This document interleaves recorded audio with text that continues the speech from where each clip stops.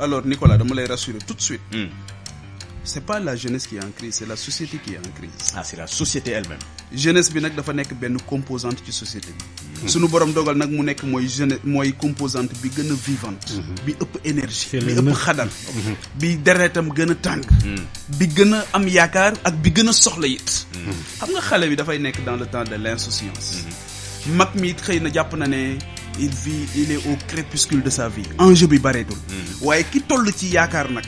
war a faj dara mënoo ko faj. war a dog bu mu gàcce comme on dit. war a soxla te lan moo gën a métti nga soxla mbir bu ko faj te mënoo ko faj. mais li ma wax léegi.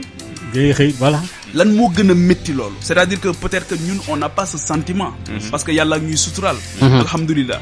mais mets-toi à la place de moment bii ñuy wax ki nga xamante ni bëgg na faj dara bëgg na jënd café rek mënu ko jënd. Est-ce que cela peut expliquer la violence? Non, dama bëgg a wax ne c'est loolu mooy violence bi njëkk parce que moment boobu day gis ne moom la mu moom te jotu ci am na keneen ku ci jëfandikoo noo xam ci bakkanam rek la ko teg. réew mi ñëpp a ko bokk. léegi nag comme ñëpp a ko bokk. te góorgóorlu ñu ba kenn ku ci nekk la nga war a am mu am ko damay déglu keroog benn kilifa ci réseaux sociaux yi mu ne Sénégal. moo waroon a dàq toq su bënn sañ ba réer wax na dëgg. yàlla suñu borom daf ñu beral loxo c'est-à-dire que tey démb damaa gis ay image ci RTS image yu Kédougou wallahi lazim dama rus j'étais très gêné dëkk boo xamante ni dafay génn ci richesse kenn xamul ni mu toll le premier lingot d'or Habib Thiam moo ko génne ñu yàlla suñu borom suturaal ñu amoon les côtes les plus poissonneuses ñu am zircon am phosphate ak li muy taw côté yooyu waaw ak li muy taw ak tey ji ñu am ngelaw am naaj ñun du sedd ba ñu dee du tàng ba ñu dee parce que dëkk yi muy sedd ba ñu dee dafay impliquer ay charges yu métti dëkk yi muy taw ba dëkk yi muy sedd ba ñu dee tamit dafay kii ñun yàlla daf ñu suturaal daf ñu defal tawfeex leneen li ci des nag mooy léegi nan la ñuy def ba loolu ñu mën ko jëfandikoo ba nga xamante ni xam nga li gën a métti ci réew mooy politicien defal la ba pare mel ni action de solidarité la alors que xamul ne obligation la. mooy li ngay faral di wax président may nañu. li ngay faral di wax dañ la fal pour loolu. waaw justement donc doo ci xaar ay remerciements. félicitations voilà dañ lay fal ñu ne waaw waaye fi def lii nangam ak nangam. ban ko falee jàmbaar la mais loolu moo taxoon ñu fal. loolu war na ngay campagne woon jox leen ma réew mi. kon kay c'est terminé. et on t'a mis dans les conditions optimales. pour que tu absolument puisses travailler mais il faut que nga comprendre ne moo tax damay wax ne. te damay jël je parle sous le contrôle de Maodo. adduna. c'est-à-dire que dafa am ki nga xamante ni moo koy defar kooku altruiste lay tudd c'est-à-dire que dafay am une générosité bu jéggi dayoo parce que da ngay def sans rien attendre en retour mais da ngay def pour les générations à venir kenn du ko régler nii dans le hic et le nunc comme disent les philosophes c'est-à-dire que donc da nga koy def ngir les générations à venir tey jii boo tukkee réew yu bari yooyu dem boo demee tey jii Maroc par exemple da ngay xam ne Hassan II da ngay xam ne Mohamed V xàllal na Hassan II waaye da ngay xam ne Hassan II liggéeyal na Mohamed VI moo tax it ba mu defee pont bu rëy boobu tuddee ko baayam ndax delloo ko njukkal yaa ngi dégg nga xamante ni ku ci ñëw day yëg ne kii kat teggil na ma coono am na lu mu ma régler définitivement ba nga xamante ni man su ma ñëwee yeneen enjeu lay dépôle ak beneen génération bu am yeneen aspiration mais bu dee génération yële di ñëwoon seen soxla sax réglé wul nga bëgg a hériter passif aujourd'hui le président Macky Sall a hérité d'un passif lourd c'est ça aussi la vérité ok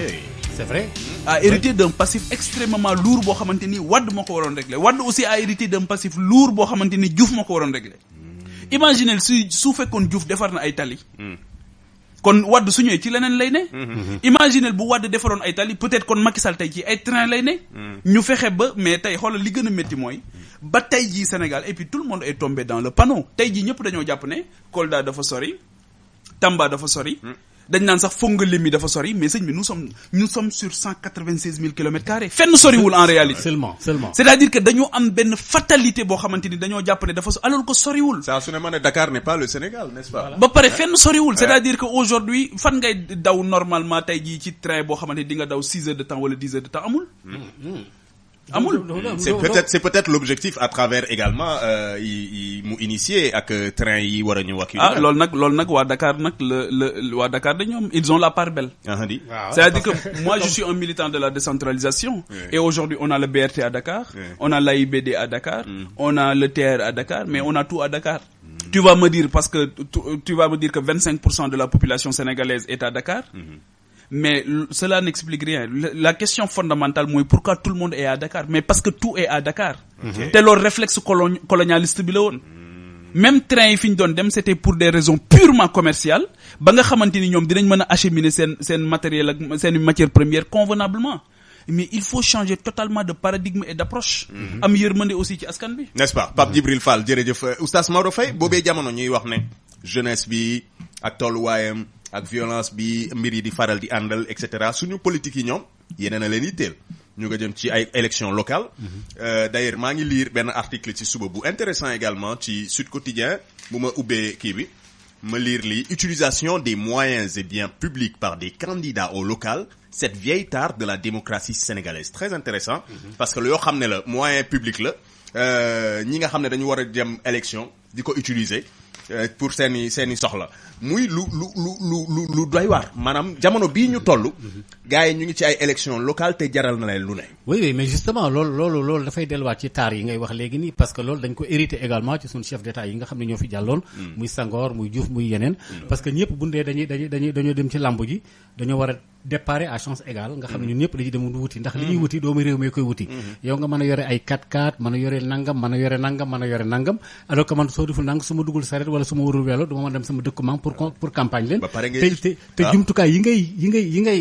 ngay jëfandikoo. sama impôt la sa impôt la. merci kon ñoo ci war a mën a yem muy bien public. ba pare ngay ñaawal kële ko amul. waaw alors que yow li ngay utiliser moomoo ko. non ki ngay ñaawal sax yéen a ko waroon a bokk. quand même waaw kon kay léegi dañ ko waroon teg ne kenn ku nekk dem ci ay moyens boppam malheureusement comme ni ko Pape waxee léegi.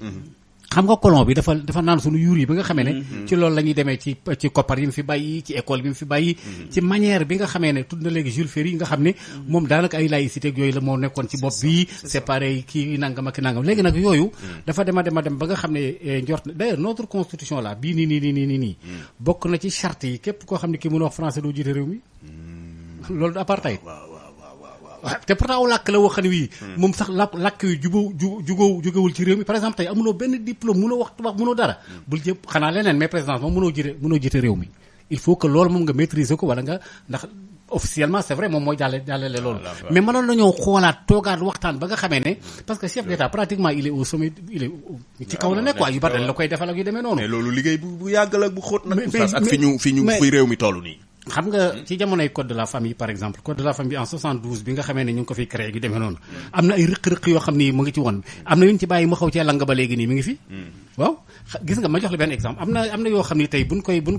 koy def tubaab bi ci ni mu koy libalee ci français bi virgule yooyu muy dóor noonu foofu la lay naxe su ko defee mais même en droit moo tax subtilité de la langue française waaw dafa bëri ay sew quoi am na fooy dóor ab virgule wala point virgule change bële bokk dootul bokk waaw day changer tout terme donc loolu dañ cee namp ba politique yi fi mu toll nii maa ngi lire léegi rek xawma Cheikh Bass dafa naa Touba yu demee noonu kilifa gi di wax naan politiciens yi dañ leen di nax rek Cheikh Bass def na sortie bu am solo justement pour conscientiser mais il a raison xam nga lu tax parce que ñi lay wax tey naan la dafa wert boo liggéey ñoo naan la d'ailleurs gouvernement bi fi nekk nii mais divisé ko nga xool ñu ci bari ñu ngi woon PDS maa bëggoon ñu génnee rek ñi nga xam ne ñoo doon ci opposition bi di sànni xeer c'est-à-dire que dañuy dem ba yow Sénégal te en 2019 ñooñu dañu taxawoon ne seen pexe bu sottee oui Macky Sall du falu tey ña nga dem lu muy def baaxul di ko xas léegi nag ña nga dem langambu ca Macky Sall mais li ci yéeme sax Maodo mooy boobu am na ci ñoo xam ñoo ngi waxtaan ak moom merci waa léegi kon nag ñun ñi nga xam ne man toog ci mboy gi nun fu ñu jëm dañuy nax rek léegi bu boobaa naka la ñu expliquer ñun nan la ñu war a mën a gisee yenn yi la nga xam ne des fois dafay mel ni jeu wala cinéma wala na ma ko fi waxee woon dessin animé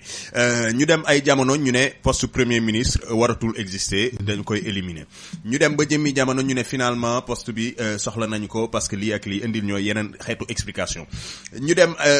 ci ay jamono ne Karim Wade ak Khalifa Sall jël nañ lii ak lii coow li rëy lool nekk ci ngawti ñu dem ba jëmmi jamono ñu ne finalement sax Karim ak Khalifa dañ leen di amnistier parce que c'est-à-dire que yooyu xeetu doxalin ñun ñi nga xam ne ñun dañuy fekk mais naka lañ ko war a mën a jàngatee Pape Djibril loolu moom Pape laajal Pape mu lijjanti ko xam nga man débat bi damay wax ne keroog bi ma ciy wax keroog ci télé bi dama wax ne damay koy évoquer ak kersa bu baax Nicolas ñaata doomu aadama tey jii ñoom la ndog dal ñu nekk ci kaso bi amuñu ku leen laajal amnistie amuñu ku leen laajal grâce c'est-à-dire que pour man les politiciens sont gâtés dans ce pays